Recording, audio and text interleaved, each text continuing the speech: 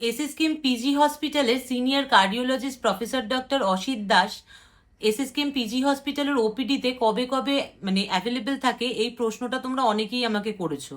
তাই আজকে ভিডিওতে আমি তোমাদেরকে জানাবো এসএসকেএম পিজি হসপিটালে cardiologist professor doctor Asit Das সপ্তাহে কবে কবে অ্যাভেলেবেল থাকে, ওনার টাইমিং ওপিডির কি আছে, এছাড়া অনন্য মানে উডবার্ন 2-তে ওনাকে কবে কবে তোমরা দেখাতে পারবে। আর তোমরা সবাই জানো অনন্যর কিন্তু ভিজিট হচ্ছে যে কোনো ডাক্তারকে দেখাতে গেলে 350 টাকা। আর এই সমস্ত কিছুর ইনফরমেশন কিন্তু আজকে ভিডিওতে আমি তোমাদেরকে দেব। আর তাই তোমাদের কাছে অনুরোধ, তোমরা ভিডিওটাকে বেশি থেকে বেশি শেয়ার করে দিও, যাতে যারা আর কি ডক্টর দাসের খোঁজ করছো তাদের কাছে এই ইনফরমেশনটা পৌঁছাতে পারে, বা কার্ডিও ডিপার্টমেন্টে যারা আর কি চিকিৎসা করাতে চাইছো এসএসকেএম হসপিটালে তাদের কাছে এই ইনফরমেশনটা পৌঁছাতে পারে।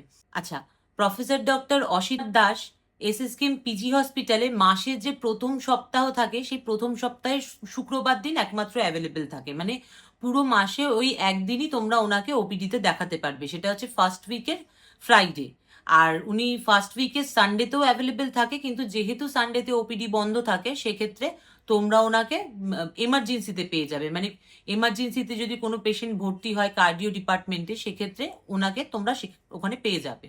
আর অনন্যতে যদি তোমরা ওনাকে দেখাতে চাও সেক্ষেত্রে প্রতি সপ্তাহের বৃহস্পতিবার তোমরা অনন্যতে ওনাকে দেখাতে পারবে, সন্ধেবেলা 7টা থেকে 9টা ওখানে উনি অনন্যতে উনি থাকেন, ওনাকে তোমরা দেখাতে পারবে। আর এর বাইরে যদি তোমাদের আর কোনো কোয়ারি থাকে সেটা তোমরা আমাকে কমেন্ট করে জিজ্ঞেস করতে পারো, আমি তোমাদেরকে রিপ্লাই করে দেবো।